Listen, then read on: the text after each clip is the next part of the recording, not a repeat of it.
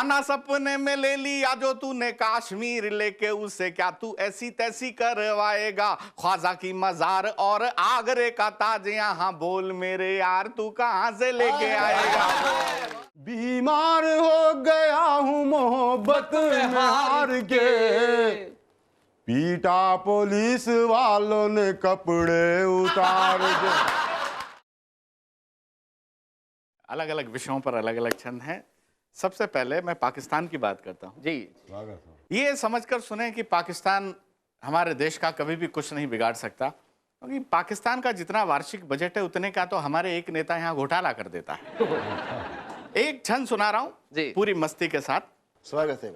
ये माने कि पाकिस्तान कभी स्वप्न में भी कश्मीर नहीं ले सकता जी। कि माना सपने में ले लिया जो तूने कश्मीर, जिस ऐसी तैसी की आप बात कर रहे थे जी। कि माना सपने में ले लिया जो तूने कश्मीर लेके, उसे क्या तू ऐसी तैसी करवाएगा। ख्वाजा की मजार और आगरे का ताज यहाँ, बोल मेरे यार तू कहाँ से लेके आएगा। कि माना दुनिया की हर चीज ले आएगा तू, पर एक चीज यार नहीं लाने पाएगा। सुरपन खांसी तेरी 5 बार नाक काटी, बोल कटी नाक तू कहाँ से लेके आएगा। पाकिस्तान क्या बिगाड़ सकता है।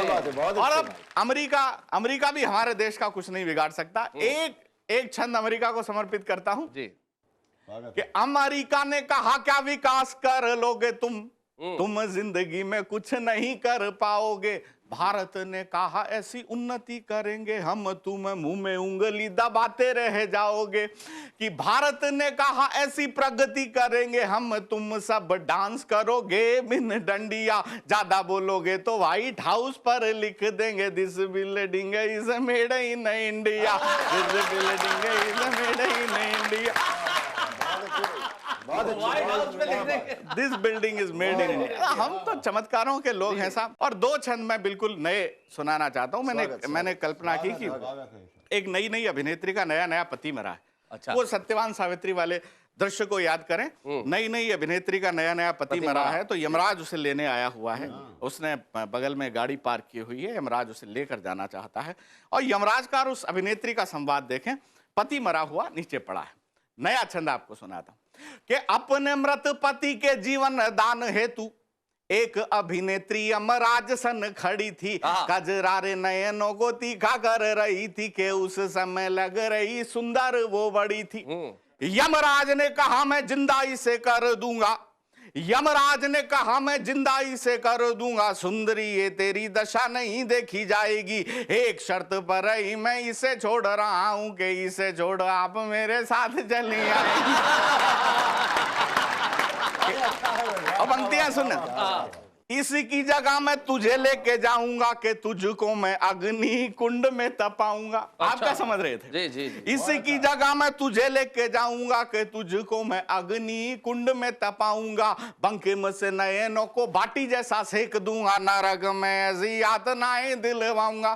फिर अभिनेत्री क्या कहती है कि इसको ही ले जाओ मुझे तो फिर छोड़ दो, इसको ही ले जाओ मुझे तो फिर छोड़ दो, इन यातनाओं से तो खुद मर जाऊंगी। महाराज मेरा अभी कुछ नहीं बिगड़ा है, मेरा क्या है मैं तो चौथी शादी कर लाऊंगी, मेरा क्या है मैं तो चौथी शादी कर लाऊंगी। बहुत अच्छे भाई संजय झाला जी, बहुत बढ़िया छंद आपने सुनाया। हम हिंदुस्तानी कुछ भी कर सकते हैं, व्हाइट हाउस में भी जाके लिख सकते हैं कि this building is made in India. ये कॉन्फिडेंस की बात होती है, आत्मविश्वास की बात होती है। और मैं आप सभी के आत्मविश्वास को प्रणाम करता हूं। जहां न पहुंचे रवि वहां पहुंचे कवि। आपको शायद पता नहीं होगा इस कहावत का निर्माण कैसे हुआ। कैसे? जहां न पहुंचे रवि वहां पहुंचे कवि। जहां सूरज नहीं पहुंच सकता वहां कवि पहुंच सकता है। एक कवि सड़क पे जा रहा था, मैन होल खुला था, वो उसमें गिर पड़ा। जहां न पहुंचे रवि वहां पहुंचे कवि।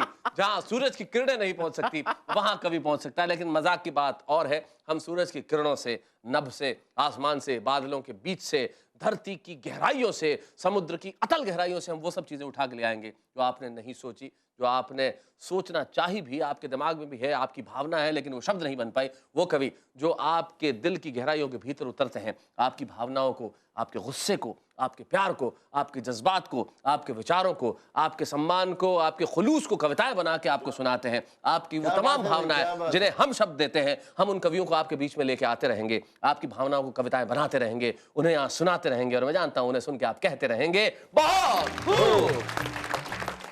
सभी दर्शकों को टिपिकल जगतियाली की जानिब से सलाम आदाब। जी मुकम्मिल गज़ल से कबल एक मतला 2-3 शेर मिजाहिया जी समात करें। इरशाद। मतला अर्ज करता हूँ कि बीमार हो गया हूँ मोहब्बत में हार के, ओहो बीमार हो गया हूँ मोहब्बत में हार के, पीटा पुलिस वालों ने कपड़े उतार के। और ये शेर भी मुलाजा करें जी कि कर्जों में मुब्तला है मगर शान देखिए। मुब्तला जो अर्थ है उनका हाँ बच्चों को जी। बता दे, जो कर्ज में दबे हुए हैं, मुब्तला है बुरी तरह से, उन्हें कहते हैं कि कर्ज में मुब्तला है। जी जी बेशक बजा फरमाते कर्जों में हैं कि मुब्तला है। कर्जों में मुब्तला है मगर शान देखिए, फिरते हैं सूट बूट में वो भी उधार के, हाय हाय वाह, क्या बात है। फिरते हैं सूट बूट में वो भी उधार के। और ये शेर आपकी नजर है, बतौर खास मुलाहिजा करें जी, इरशाद। कि आंखें हैं भारी आपकी किस वास्ते हुजूर, ओहो आंखें हैं भारी आपकी किस वास्ते हुजूर, आए हो कल की रात कहाँ पर गुजार के। आंखें हैं भारी आपकी किस वास्ते हुजूर, हाय आए हो कल की रात कहाँ पर गुजार के। और दोस्तों गजल मुकम्मिल समात कर लें। गजल का मतलब है अपनी बीवी को वो भुला बैठे, ओहो जी जी जी अपनी बीवी को वो भुला बैठे, नौकरानी से दिल लगा बैठे, अपनी बीवी को वो भुला बैठे, नौकरानी से दिल लगा बैठे। और शेर समाप्त करें कि बीड़ी सिलगाने जाके गफलत में, बीड़ी सुलगाने जाके गफलत में, बीड़ी सिलगाने जाके गफलत में, मूछ अपनी वो सब जला बैठे। और शेर समाप्त करें कि कल तलक चोर गुंडे लुच्चे थे, आहा क्या बात है। कल तलक चोर गुंडे लुच्चे थे, अब वो संसद भवन में जा बैठे, अब वो संसद भवन में जा बैठे।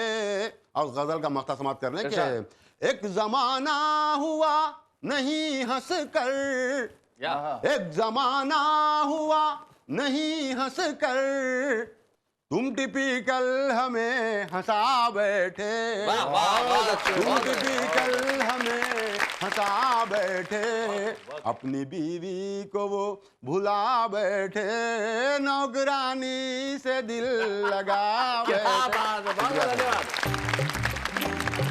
तो ये थे टिपिकल जगत्याली जी जो अपनी आत्मकथाएं बता रहे थे। वैसे जो आपकी दूसरी गजल का जो मतले का शेर था वो क्या था कि अपनी बीवी को वो भुला बैठे, हाँ। नौकरानी से दिल लगा बैठे। देखो अपनी बीवी को भुला बैठे, लेकिन इसमें कुछ टिपिकल जी एक टेक्निकल चीज है। कई लोग इस खेल में इतने महारथी होते हैं कि उन्हें नौकरानी से दिल लगाने के लिए बीवी को बुलाने की जरूरत नहीं होती, बस बीवी को बाहर भेजने की जरूरत होती है।